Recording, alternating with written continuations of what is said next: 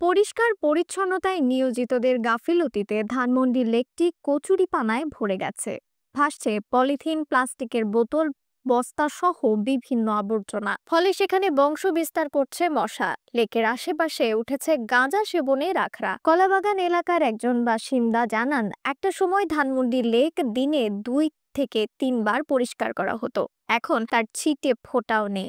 মাসেও একবার পরিষ্কার করা হয় না। কর্তৃপক্ষের অযত্ন অবহেলায় ময়লা ও আবর্জনার স্তূপে পরিণত হয়েছে এই লেক। বিশেষ করে রাজনৈতিক পট পরিবর্তনের পর এখন কেউ এদিকটিতে নজর দিচ্ছেন না। লেকের কাছে ধূমপান নিষিদ্ধ, তারপরও অবলীলায় ধূমপান সহ গাঁজা বিক্রি ও সেবন চলছে সেখানে। স্থানীয় কমিশনার আগে সবকিছু দেখভাল করতেন, এখন দায়িত্বশীল কেউ না থাকায় যার যা ইচ্ছা তাই করছে। পরিবার নিয়ে যারা ঘুরতে আসেন তারা বিব্রতকর পরিস্থিতিতে পড়ছেন।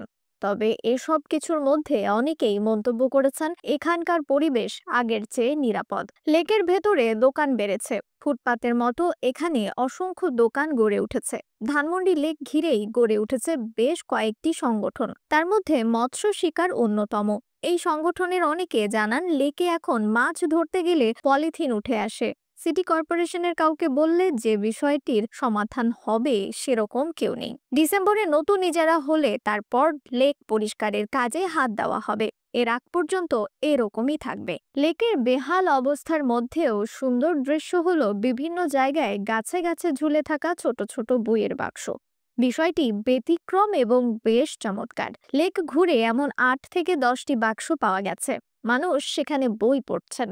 নিউজ ডেস্ক, রিফাত আরা ইসলাম, ভোরের আকাশ।